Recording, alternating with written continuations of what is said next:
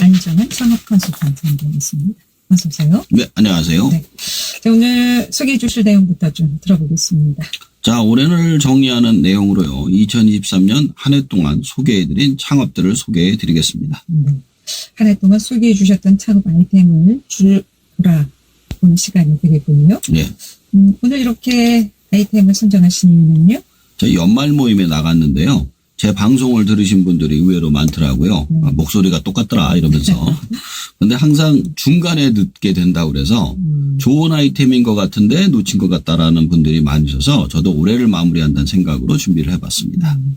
그럼 그간 어떤 창업들을 소개해 주셨는지 짚어볼까요? 예. 우선 인공지능을 활용한 창업으로는 여행사, 온라인 창업, 교육산업, 인공지능 활용 부업 등을 소개해드렸습니다.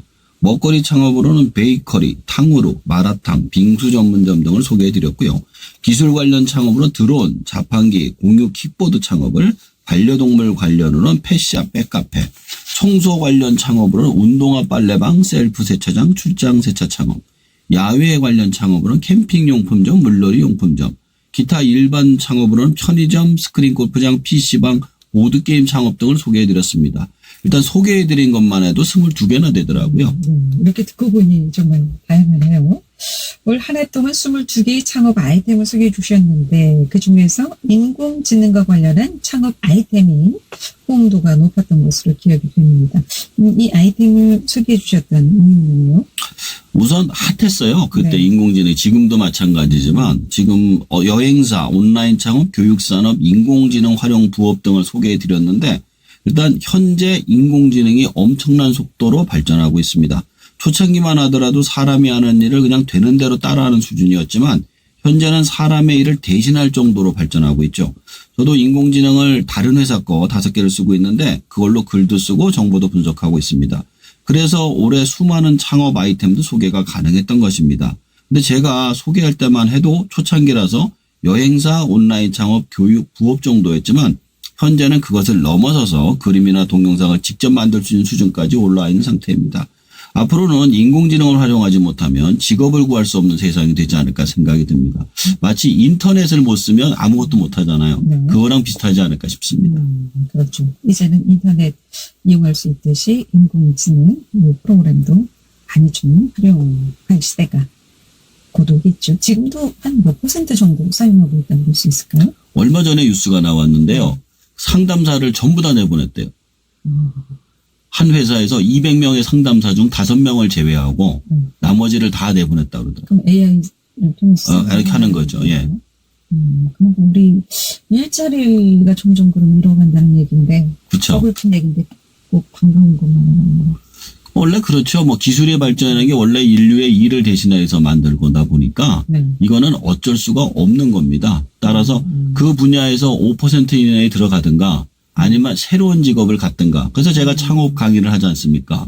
그래서 새로운 직업을 스스로 만들지 않으면 안 된다. 그래서 매일 말씀을 드리는 것이죠. 그래서 창업 교육을 받아야 그 일자리를 구할 수 있다라는 말씀을 하시는 게 그렇죠. 이해가 됩니다. 이 먹거리 창업 중에선 베이커리와 탕후루, 마라탕, 빙수 전문점을 소개해 주셨는데 이 아이템들 선정한 이유 그리고 현재 어떻게 좀 진행되고 있습니까? 우선 베이커리의 경우에는 과거에는 자료를 구하기가 너무 어려워서 하지 못했는데 인공지능으로 관련 자료를 구할 수가 있어서 하게 되었습니다. 그 외에도 탕후루와 마라탕의 경우 요즘 워낙에 인기가 많아서 소개를 해드렸고요. 빙수 전문점의 경우 올해 여름이 워낙에 더웠잖아요. 그래서 빙수가 인기가 있어 그런지 많은 분들이 관심을 가져주었던 아이템입니다. 단점은 겨울을 날 수 있는 방법을 따로 마련했기 때문에 쉽지 않았다. 뭐 이런 것도 있습니다. 기술 관련 창업들도 참 많았어요. 드론과 자판기, 공유 킥보드 창업이었는데 이 아이템은 어떻게 좀 소개해 주시게 된 거죠? 우선 드론이 기술력이 이제 많이 좋아져서 호버링이라고 그러죠. 이렇게 가만히 떠 있는 거. 이 굉장히 어려운 건데 지금은 그냥 돼요. 그리고 이제 사람을 얼굴을 인식해서 걸어 놓잖아요. 따라가요. 이것도 옛날엔 비싼 드론만 됐는데 지금은 그렇게 비싸지 않은 드론도 될 정도로 됐습니다. 문제는 시장이 쉽게 포화가 되기 때문에 관련 법이나 제도에 대해서 같이 소개해 드렸었습니다. 자판기 같은 경우 우리나라도 이제 무인 창업이 점점 대세가 돼가는 과정이잖아요. 그래도 가장 안전한 무인 창업 중에 한 가지라 소개를 해드렸고요. 공유 킥보드 창업의 경우 우리가 길거리에서 흔히 볼 수가 있지만 창업을 하면 어떻게 되는지 모른다라는 질문이 들어와서 준비를 했었던 그런 아이템입니다. 이 공유 킥보드, 이 길거리 널브러져 있는 킥보드. 예. 이것도 창업 아이템인가요? 네, 그죠. 킥보드가 100만 원씩이고요. 거기 딸려 있는 저기 배터리가 한 2, 30만 원 돼요. 그리고 또 그 공유 자전거 있잖아요. 네. 그 전기 자전거 150만 원짜리고. 근데 누가 차에 덜렁 들고 가면 어떻게 되나?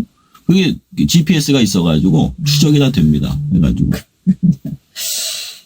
자, 그런데 좀 안전하게 이용을 해야 될 것 같아요. 그렇죠. 이게 이제 손해가 심한 게 애들이 장난으로 막 갖다 버리고 뭐 자동차가 밟아가지고 부서지고 그런 손해들이 많이 있어가지고 찾기가 또 힘든 경우들도 있고 뭐 그렇다고 그러더라고요.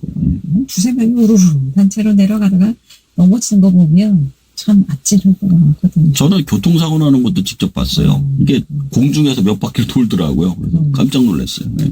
편하긴 한데 안전하게 사용해야 될 것 같고요. 자, 반려동물 관련해서는 펫샵과 펫카페 소개해 주셨는데 이것도 굉장히 좀 인기가 많은 것으로 알고 있는데 어떻습니까? 아, 이것도 인기가 좋았어요. 우리나라의 반려동물이 1000만 마리가 넘는다고 해요. 조금만 있으면 아이를 키우는 사람보다 반려동물을 키우는 사람이 더 많아진다고 해요. 아이를 점점 안 낳고 있으니까요. 따라서 성장하는 시장이다 보니 소개를 해드렸고요. 관련해서 펫샵이나 펫카페의 경우 반려동물을 정말로 사랑하고 실제로 자신도 키우는 사람에게 적합한 아이템이라고 소개해드렸던 기억이 납니다.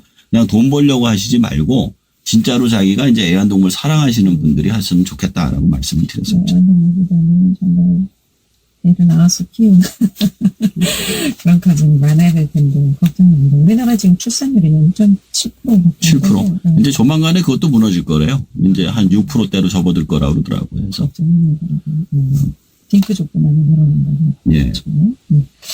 자, 그리고 이번엔 청소와 관련된 창업으로는 운동화 빨래방과 셀프 세차장, 출장 세차 창업이 있었죠. 당시 반응은 어땠습니까?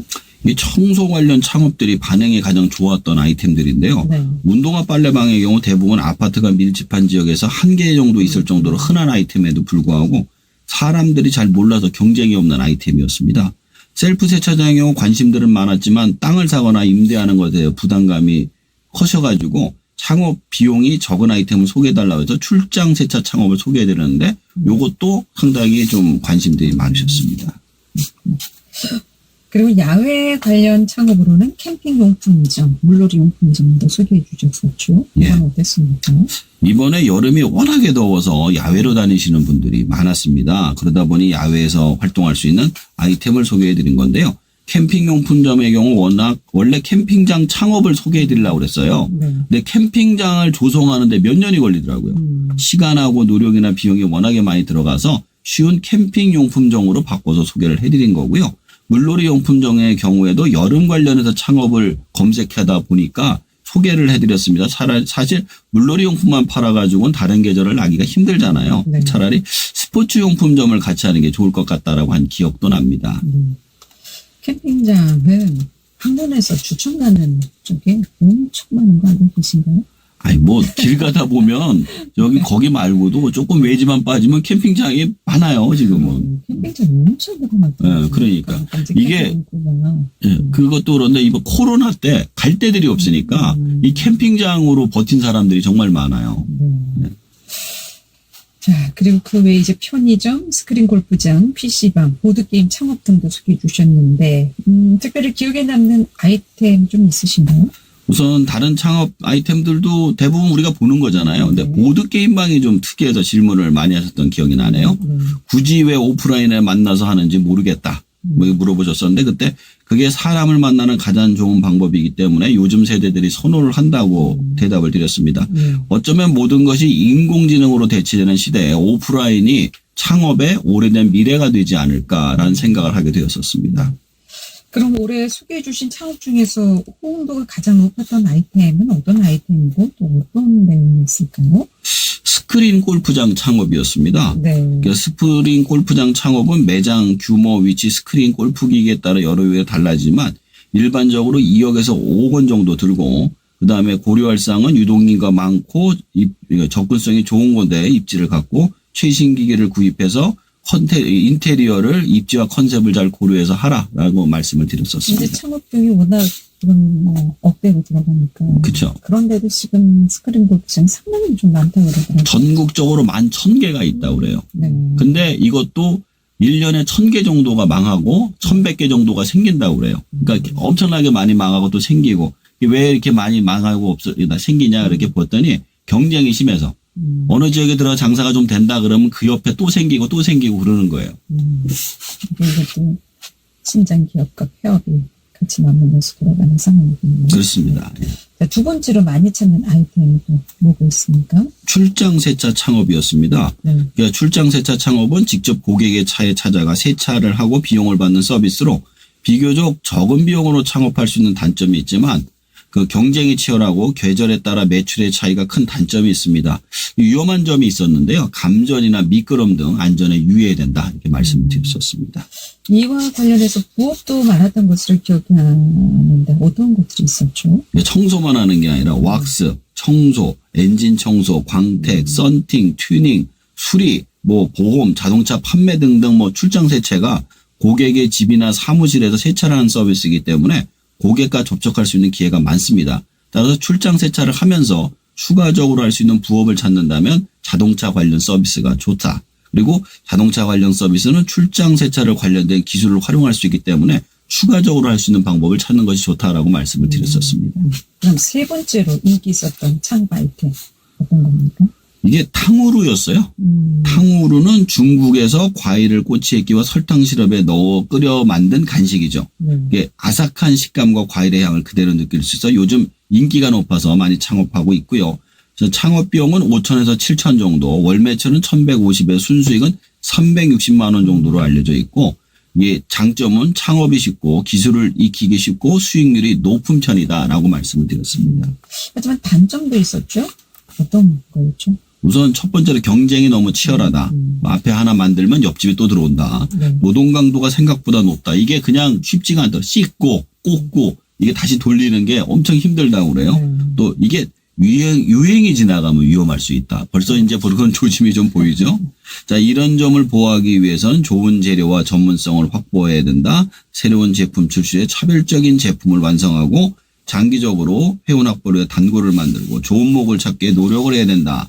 끝으로 지나가는 유행이 아닌 자리 잡은 아이템이 되기 위해서 많은 노력이 필요한 그런 아이템이다까지 말씀을 드렸었습니다. 어제 퇴근길에 보니까 초등학교 학교 앞에 이 매장이 있더라고요. 거의 학교 앞에는 이제 거의 하나씩은 다 있어요. 이제 가보면. 그런데 청소년들 비만이 최근에 많이 늘었대요. 예. 그 원인이 탕후루. 아이, 뭐 먹는 거 가지고 탓을 하면 끝이 없죠.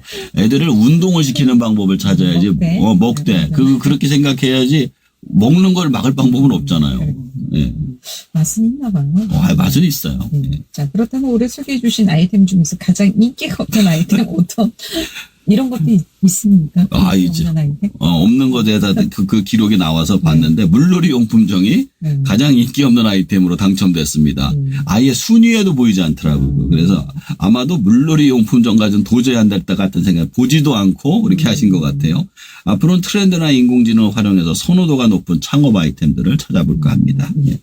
자, 오늘은 올 한 해 소개해 주셨던 창업 아이템들 총망라해서 짚어봤습니다. 총평 오늘로 듣겠습니다. 자, 이제는 인건비가 많이 올라가서 무인 창업이나 1인 창업이 대세가 되는구나라는 생각을 하게 되었습니다. 그 외에도 인공지능의 기능이 점점 좋아져서 이제는 인공지능을 활용한 창업을 하지 않으면 안 되겠구나 생각을 하게 되었어요. 1년 전만 해도 온라인이나 교육, 여행 등에만 사용이 되었지만 앞으로는 일반 개인 사업이나 고객 분석, 제품 분석에 사용될 것으로 판단이 됩니다. 그럼에도 불구하고 제가 항상 말씀드리는 창업의 3원칙을 생각하시고 창업하세요. 시장이 있는가, 비교 우위가 있는가, 폐업을 감당할 수 있는가 이걸 생각하시고 창업을 도전해 보시기 바랍니다.